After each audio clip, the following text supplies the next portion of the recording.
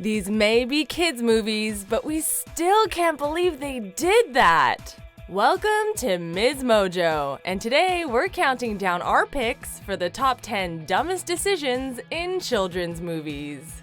Before we begin, we publish new content every day, so be sure to subscribe to our channel and ring the bell to be notified about our latest videos.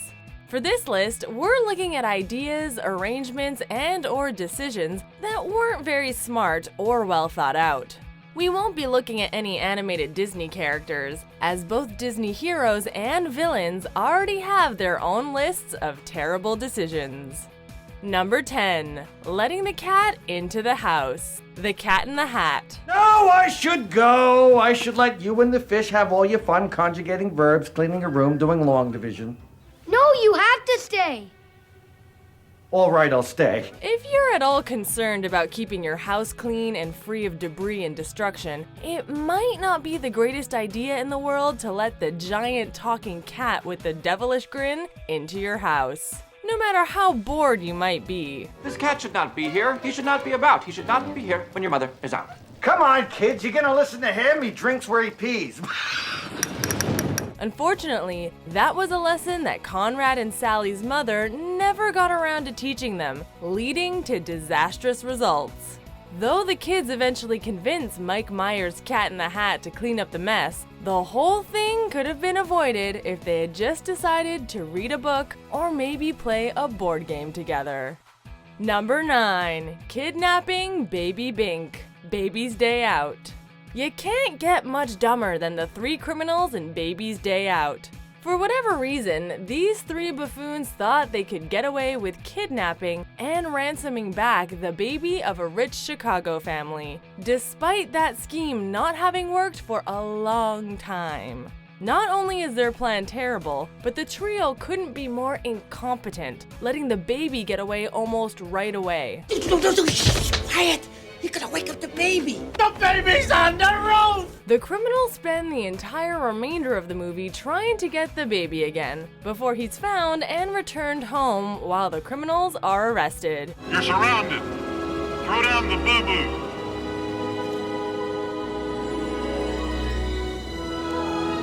And put your hands over your head. Maybe try not to be so ambitious next time, fellas. Number 8. Hiring Dominic Badguy. Muppets Most Wanted. Dominic, international tour manager. Dominic Badguy? Pronounced Badgy. It's French. It means good man. You'd think when they heard the name Dominic Badguy, the Muppets would have known better. Yes, we get that's the joke. Nonetheless, hiring Ricky Gervais's Dominic Badguy as a manager for the gang as they tour Europe was an unmistakably bad decision. An evil Kermit lookalike named Constantine switches places with the Muppet with the help of Dominic, resulting in Kermit being sent to a Russian gulag. You got the wrong frog! The entire plot of Muppets Most Wanted would have been avoided if only the Muppets didn't hire the manager with the last name Badguy. Talk about your plot hanging on by a thread. Number 7. Lying about why the humans are in the rainforest. Fern Gully, The Last Rainforest. In Fern Gully, a young fairy named Krista accidentally shrinks an encroaching lumberjack named Zach down to her size. I give the gift of fairy size of sight! The two begin to fall in love, but the problem is, Zach never really gets around to telling Krista that the lumberjacks are there to cut down the forest. You didn't have anything to do with that machine, did you? With me? No, of course not. In addition to chopping down the forest, the humans set loose an evil spirit named Hexus, intent on destroying the fairies and the forest. If Zach had saw fit to let everyone know a little earlier, the fairies could have tried to stop Hexus and save the forest. Instead, the conflict resulted in the pollution of the forest and the death of the fairy, Maggie. Way to go, Zach. Come on, we gotta get everyone out of here. No, Krista! we can't. We've got nowhere else to go. This is our home. Number 6. Splitting up the group, The Land Before Time. Go on! Go the wrong way! way. We never wanted you with us anyway. Unless you're a member of the Scooby Gang, splitting up is never a good idea. Actually, it's not even a good idea for the Scooby Gang, but we digress. In a too obvious attempt at teaching kids that the easy way isn't always the right way, the film has Sarah decide to go a different way when she doesn't trust Littlefoot to lead the group any longer, and this causes a fight between the two young dinosaurs. I'm leaving. Sarah, we have to keep following the bright circle. I'm taking the easy way for once.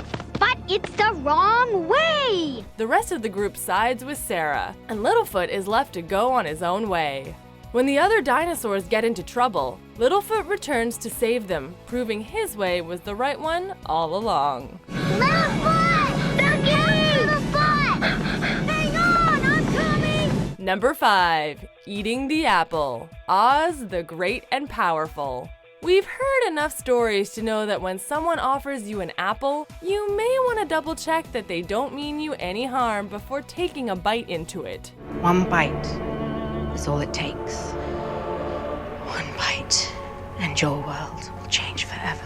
Unfortunately, Mila Kunis's Theodora didn't think about this, and when her sister offered her a cursed apple under the pretense that it would cure her sorrows and make her heart impenetrable, she barely hesitates before digging in. This apple would quickly turn her into the Wicked Witch of the West, cementing her future as a notorious villain. What is happening to me? Or it's just your heart withering away. Really though, what did she think was gonna happen? There's so much good here. It sickens me. Number 4. Attacking the Giant. The Iron Giant. So did they really expect this to work out in their favor? When General Rogard orders the military to fire on the Giant and Hogarth near the end of Brad Bird's The Iron Giant, the boy is injured and the Giant turns into a death-dealing instrument of destruction. The enraged robot attacks the military, vaporizing cars and blowing up tanks as it marches forward against their retreat. If this giant was really as dangerous as the military thought it was, why did they try to attack it in the first place? Bonehead move. The military then decides to launch a nuclear attack on the town, which the giant sacrifices himself to save. You are who you choose to be.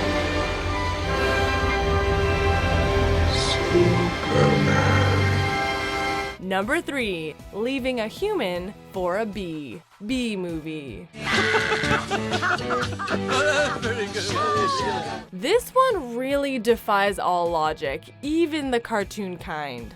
Vanessa, played by Renee Zellweger, falls in love with a literal bee named Barry, played by Jerry Seinfeld. Vanessa is dating a human man named Ken, whom she leaves when she catches him attempting to swat and kill Barry. You know, because he's a bee, and his girlfriend is slowly falling in love with him. He's just a little bee, and he happens to be the nicest bee I've met in a long time. Long time? What are you talking about? Are there other bugs in your life? After dumping Ken, it's not long before Vanessa and Barry are quite clearly together. Although thankfully we never see them together.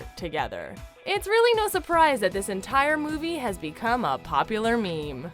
Oh, that bee is living my life! Let it go, Kenny. When will this nightmare end? Let it all go. Number 2. Signing a deal with Rumpelstiltskin. Shrek Forever After. Go on, Shrek. Sign it. Go on, Shrek. Sign it, Shrek. Sign it.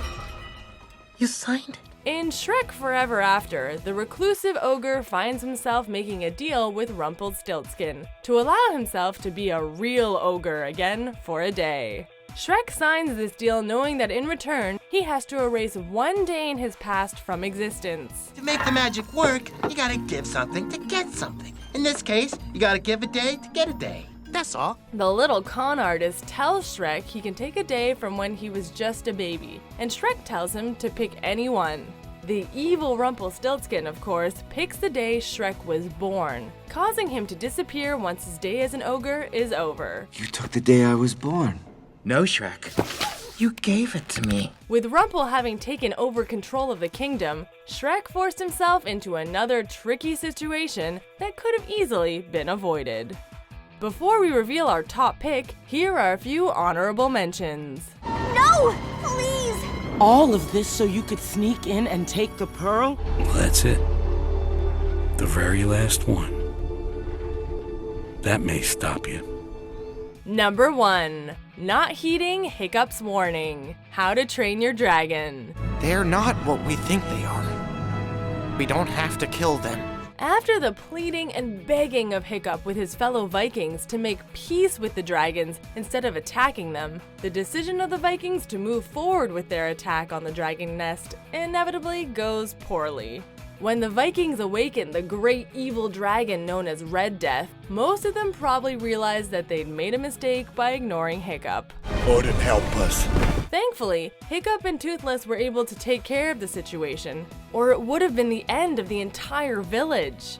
That isn't to say that Hiccup is without any blame, as he makes a similar mistake by pushing Toothless away in the second movie. No!